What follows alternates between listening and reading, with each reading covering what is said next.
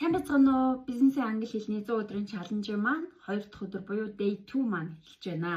Өнөөдрийн 5 үг маань salary, budget, expense, commission, payment гэсэн 5 үгний талаар. Эхний үг маань salary. Энэ маань тухайн ажилтан компанид ажилласныхаа төлөө сар бүр тухайн компаниас авдаг мөнгийг хэлдэг. For example, she receives her salary at the end of the month. Энэ маань тэр эмэгтэй цалингаа сар бүрийн төгсгөлд авдаг гэсэн утгыг илэрхийлж байна. Хоёр дахь үг маань budget. Энэ маань төсөв гэсэн утгатай. Төсөв гэдэг нь тодорхой хугацаанд хэдий хэмжээний мөнгө олж хэрхэн зарцуулахыг төлөвлөсөн санхүүгийн төлөвлөгөө юм аа. The company prepared a budget for the new project. Тус компани нь шинэ төсөл зориулаад төсөв гаргасан гэсэн утгатай. Гурав дахь үг маань expense.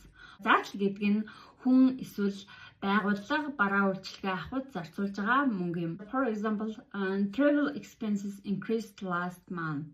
Өнгөрсөн сард аяллаа зардал нэмэгдсэн гэсэн утгыг илэрхийлж байна. Дөрөв дэх үг маань commission буюу шимтгэл гэсэн утга.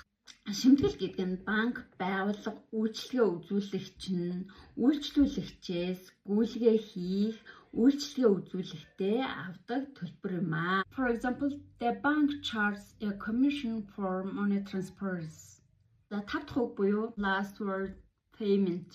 Энэ маань төлбөр гэсэн утга. Төлбөр гэдэг нь бараа үйлчилгээ эсвэл өрийн төлөө мөнгө өгдөг үйлдэл. For example, the payment must be completed before the deadline гэсэн утгаар илэрхийлнэ. Тэгэхээр төлбөрийг хугацаанаас өмнө хийх шаардлагатай гэсэн утгыг илэрхийлж байна. Цаана тип хөхөд the гэсэн article маань хоёр янзаар дуудагддаг.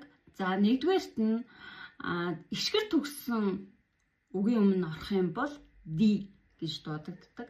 Харин гэвлэгчээр төгссөн үгийн өмнө орох юм бол the гэж дуудагддаг байгаа шүү. Баярлалаа та бүхэндээ.